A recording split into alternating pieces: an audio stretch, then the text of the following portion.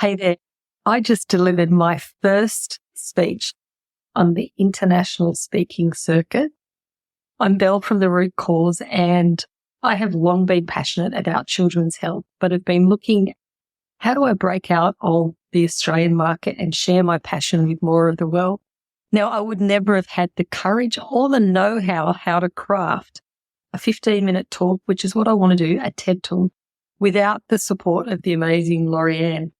I have just completed her incredible program, the In-Demand Signature Speech Program, and it gave me an amazing formula to create my signature speech, which I gave a little over a week ago, a full hour presentation speech. And then from that, I was able to customize it and turn it into my 15-minute TED Talk. So I just wanted to share, if you are someone who see that the next progression in your career is to actually do speaking, then the one place that you can go to get the support that you need to kickstart is the In-Demand Signature Speech Program, and you'll be ready to take on the speaking circuit as well. Laurie-Ann, thank you so much for everything that you have done for me, for helping me take that next level. Happy Thursday. This is Laurie-Ann, and you are listening to Be in Demand. This is the podcast where I help entrepreneurs just like you leverage speaking opportunities as your best form of marketing, get positioned as the expert, and monetize your message. Today is a special speaker breakthrough session with Danielle Spencer. Well, Danielle, thank you for joining me for the speaker breakthrough session. Before we get started, if you can just share with me, what do you want to get out of this next 20 minutes? Well, what I'm looking for is a plan for how I can grow my speaking opportunities. Right now, I'm new to this field. It's something completely different. So I'm looking for any type of advice or coaching that I can get to grow those opportunities. Okay. And what do you do? I Well, want to know what you do and who you help specifically. my 9 to 5, I am an IT specialist. I specialize in operations like contract, HR, those type of things. What I'll say about 7 years ago, I became a whistleblower against the federal government.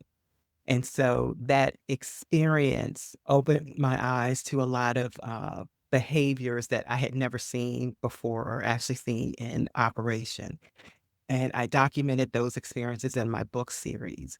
And so what I'm trying to do now is take all of those lessons that I learned, especially around cyber terrorism, digital assassination, and I'll say my heart, which is data theft, to educate the general public and make them aware of these different topics and how we can protect ourselves.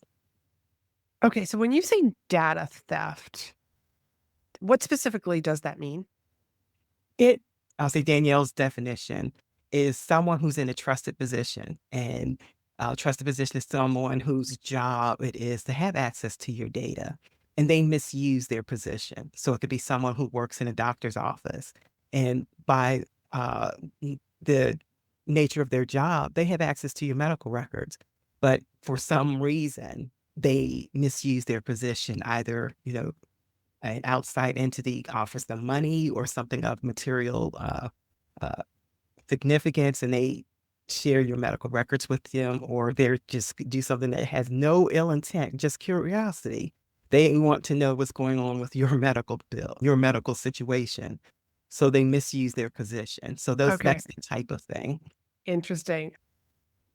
A couple of years ago, my husband actually rented a car from not a reputable car rental, and they photocopied his ID. And we're suspecting that that's where, because it led to something else. And that's just where, like, we are just suspecting that that's what happened, how it's all started. Anyways, this is fascinating, and you have such an evergreen topic. So now, question for you. Are you wanting to work with corporations and companies or individuals?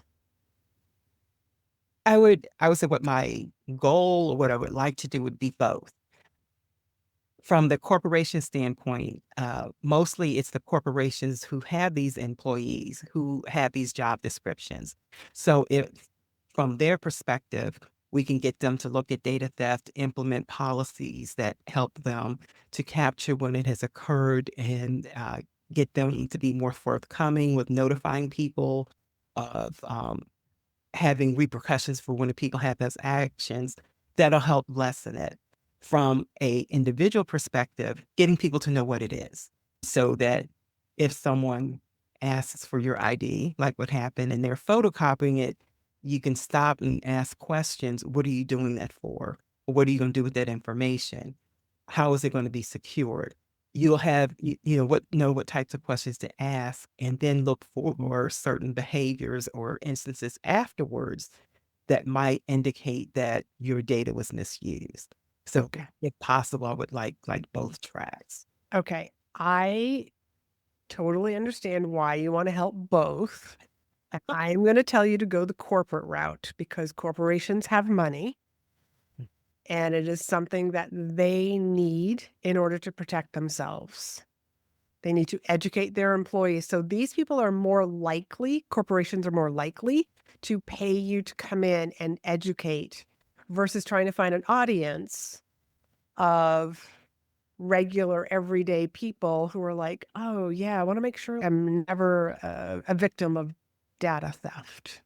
Like, I just don't think that those people are walking around because it's almost like life insurance. We don't want to think about the bad things that could happen down the road. But anyways, you said that you worked for the government? Still do. Still do. Okay, great. Great. So you still work for the government. Have you always worked for the government? I'll say the vast majority of my career, it has been. Okay. Here is how I think that you can get out there and start building. One is building your email list. And the reason why I say this is because the everyday people who get on your email list and start learning about these little tips from Danielle about how to protect their data or to ask better questions when they're suspicious about something, is you never know when one of these people is going to be on a volunteer committee for a conference, for a department, or like within a corporation. Sometimes like they have like volunteer boards that are putting together events and conferences, etc. And there must be some sort of a cybersecurity month. You know how they have like donut day and like walk your dog or bring your child to work day? There has got to be a cybersecurity day.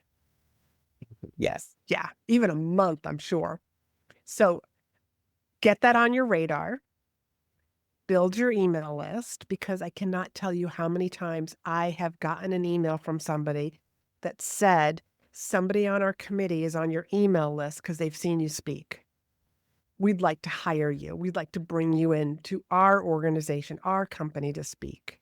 I'm already trusted because somebody else that's on the board has already seen me, is already validating for me, is speaking for me. So that's one way is, and that's just like a natural thing. Like you should just be growing your email list. And I know that we've already talked before we hit record that you have a freebie for people. So anybody who is going to be listening to this later on, you have some free tips that you can help people with. So the corporations, I have done podcast episodes on how to start with your warm market. And your warm market being just people that you know, just everyday people. Maybe you have a friend who works for Target. Maybe you have a friend who works in another division of the government who might be able to just having these conversations with people and letting them know. So if it was you and me, I'd be like, Danielle, it's like, this is so great that we finally got a chance to catch up and loved hearing what's going on in your world. I got to share with you, I am starting to do some speaking on data theft, which is a subdivision of cybersecurity. And what I'm focusing on is not the technical, it's more the human behavior. Because we can have all the great firewalls, But if we don't teach human beings how to be on the lookout for areas where their data is being taken, breached, it doesn't matter how good that firewall is. Or even, as you shared with me earlier, just like learning how to think like a criminal. So these are conversations that you can be having with people that you already know, because they already know you, they like you, they trust you. You're just sharing with them, here's what's new in my world, and letting them know I am doing speaking events. If you know of any, if you happen to be on a committee, blah, like what associations are you a part of? You start just gathering information. And also when you start listening to, it's a more recent episode where I talked about, how to get started in speaking using your warm market, is also to make a list of all the different places that you are a member of, that you're part of a committee or an association, and which one of those actually brings in speakers. So what we're doing is we're getting you established with people who already know you. They'll be like, oh, Danielle, yeah, we have monthly meetings. Let's bring you in.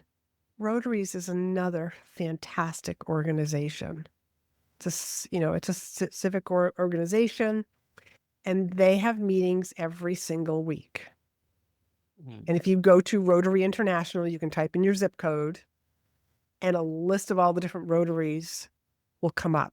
Now, they have meetings from Monday through Friday, morning, lunch, and evening, all over the world.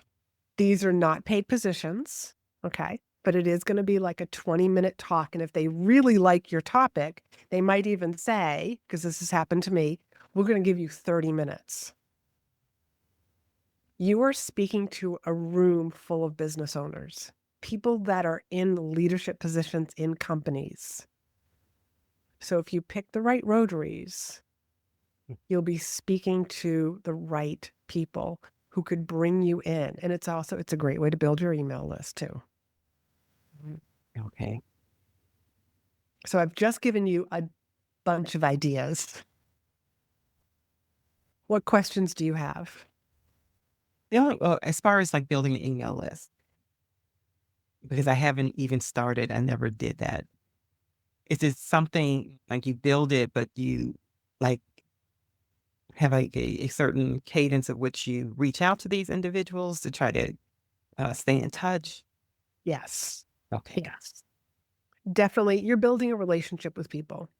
Okay. You don't want to ghost them and then you come back. I mean, pretend it's a friendship.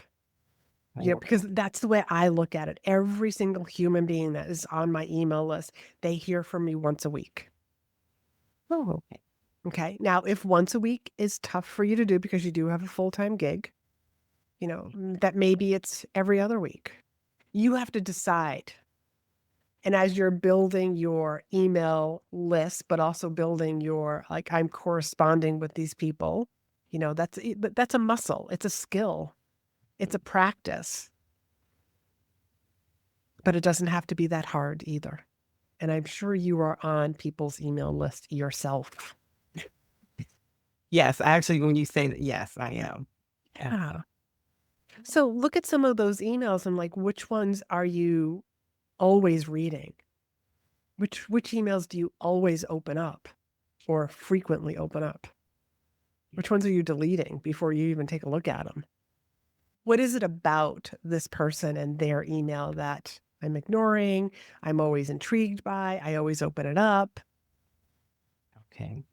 Okay. Now I'm starting to think about those things, what to do. And Yeah. But your email list is your list. It's like your property. It's like you're building a house on a good foundation versus building a house at the beach, and it's going to like wash away with the first hurricane that comes by, meaning social media. If you're the people who are building their awareness and their audience only on social media, well, what happens when Facebook has crashed for a day? You have no way of corresponding with people. So build your house on a strong foundation. And in those emails, as you're building that list, you get to remind people that you're a speaker, that you do virtual and in-person events. And then the best thing you can do is just be outstanding on the stage. And Rotaries, I'm going to go back to the Rotaries. I mean, they are a fantastic organization. My husband and I have a place down in Florida, and this was a number of years ago. He said to me, let's go down to Florida for the winter. I said, okay. And I set my sights on that I was going to speak at Rotaries and build a name in that area. I spoke to 30 Rotaries within 3 months. Wow. I did a lot of planning. That was a lot of Rotaries. And I actually figured out a system on which Rotaries, I could just tell which Rotaries were the right places for me to speak at. But it's a room full of business owners or business leaders. Mhm. It is a great way to build your email list and also just get known. And they need a speaker every single week. So what 1 or 2 gold nuggets are you walking away with today? The biggest one is about the email list. Like I said, because I didn't have that. And the focus more on the corporation side as opposed to the individual. Because I will say I was more focused on the individual as opposed to corporations. Mhm. So that'll be a switch. Yeah. Corporations have money and they want to protect themselves Yes. and whoever's data they have, because I'm sure that there has got to be some repercussions when they do have a data breach. Yes. Yeah. And we see that in the news. Yes, constantly. I love getting those letters. Would you share with people where they can find you, learn more from you? And I know that you have a freebie that could you share that link with people? Sure. My website is daniellespencer.org, DanielleSpencer.org. There's a heading that says gift. If you click on gift, you will get my top 3 tips on how you can protect yourself. Yeah. And I'm sure that you protect people's email addresses. Yes. You walk your talk. About people's data. Very good. Thank you. Thank you very much for that. Well, thank you so much for joining me on this speaker breakthrough session, Danielle. You have such an awesome topic, and we need to get you out there. Well, thank you for having me. This has been very informative. Very informative. Thank you. Attention coaches, consultants, and service providers. You're probably overlooking opportunity and money when it comes to using speaking in your business. I'm going to help you discover those missed opportunities during a speaker breakthrough session. You will walk away with a few gold nuggets to start implementing right away. So if you're looking to get positioned as the expert, have sales calls convincing you to take them on as clients, and get more spin-off business every time you speak, then book your own free 20-minute session at speakandstandout.com/SBS for speaker breakthrough session.